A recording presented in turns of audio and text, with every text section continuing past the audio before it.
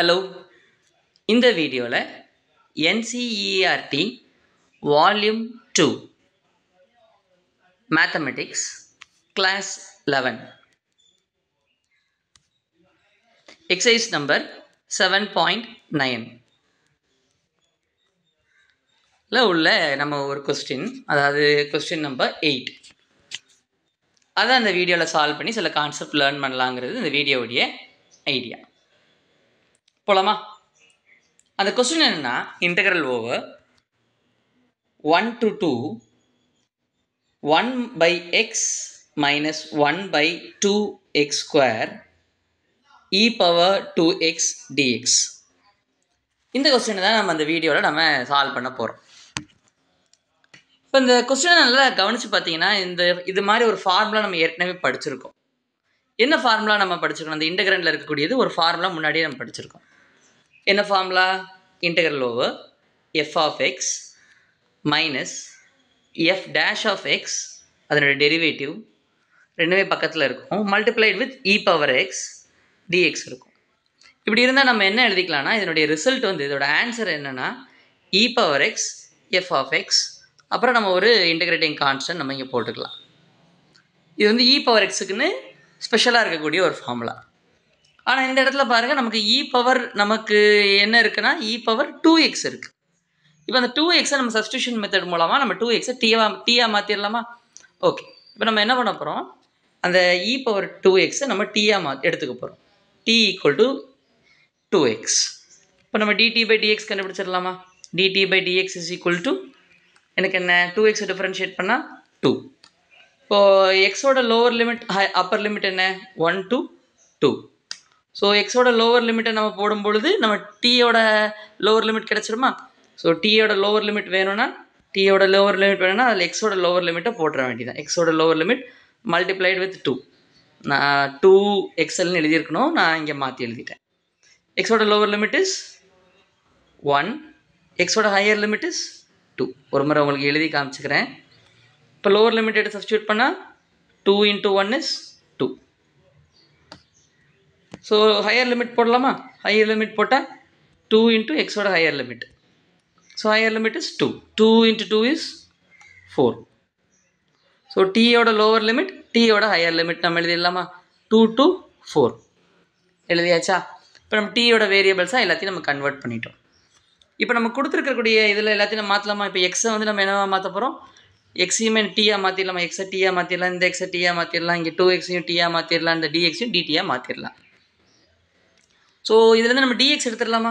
So இங்கேருந்து dx எடுத்தால் எனக்கு என்ன வரும்? What will be my dx? dx is equal to dt by 2. dt by 2 தான் யார்? என்னுடைய dx.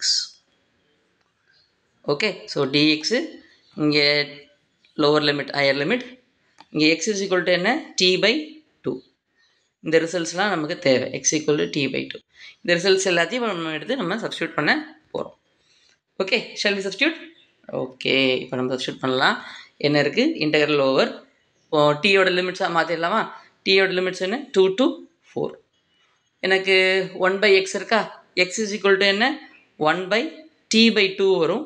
t by 2 வரும். இதை நான் எப்படி எழுதிக்கலாம்னா 2 by t அப்படின்னு எழுதிக்கலாம். 2 by t அப்படி எழுதிக்கலாமா? மைனஸ் 1 by 2 x ஸ்கொயர் இருக்கா? என்ன இருக்க போது? t by 2 தான். x என்னது? t by 2. t by 2 the whole square. t by 2 the whole square என்ன? t square by 4 அப்படின்னு எழுதிக்கலாமா? t by 2 the whole square is t square by 4. Okay, t square by 4 இருக்கும். அந்த நியூமரேட்டருக்கு எடுத்துகிட்டு போகிறேன். 4 மேலே வந்துடுதா? if I cancel this, what happens? இங்கே எனக்கு 2 இருக்கும். ஸோ இங்கேயும் எனக்கு இது கேன்சல் ஆயிடுச்சு. So I will keep here 2 by t square அப்படின்னு எழுதிக்கிட்டுமா? ஓகே, இப்போது e பவர் 2t இருக்குமா? e power 2t. e power 2t 2xை நான் என்ன எழுத போகிறேன்? tன்னு எழுதுகிறேன். dx நான் என்ன எழுதுகிறேன்? dx நான் என்ன எழுதுகிறேன்? dt பை 2ன்னு எழுதலாமா? dt by 2. dxஐ எப்படி எழுதணும்? dt by 2. கரெக்டாக dt பை 2 தான் நம்ம எழுதணும். இப்போ இந்த 2வை காமனாக வெளியே எடுத்துடலாமா?